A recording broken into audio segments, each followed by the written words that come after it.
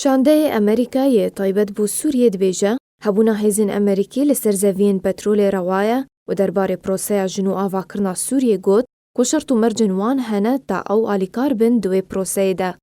جیمس جێفری شاندەیە تایبەت بۆ سووریە دێ کۆنگرێکی ڕۆژنامەوانیدا لە نیویۆرک دەربارەی کۆنترۆلکردنا هێزن ئەمریکی لەسەر زەڤین پەترۆلێ گوت کو وان تو بن پێکردن دیاسایە ناودەولەتیدا نەکردنە و ئەرکی ئەمریکا لە ڕۆژئاوای کوردستانی نەهێلا ڕێخستنا داعش یا تەرۆریست جارەکەدن vegere û te kes kir ku berhemên petrola Sûriyê dikeve destê hêzin Sûriyaya Dîmokratîk de.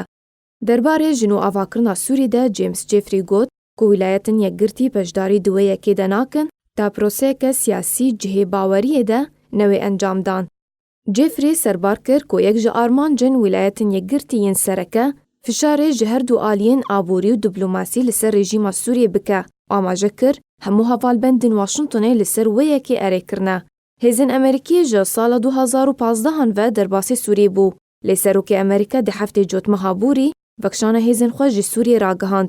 Lê berî demekî dîsan Donald Trump ragihand ku wê hejmarek ji hêzên wî bi tenê li ser zeviyên petrolê li Rojavayê Kurdistanê wê bimînin.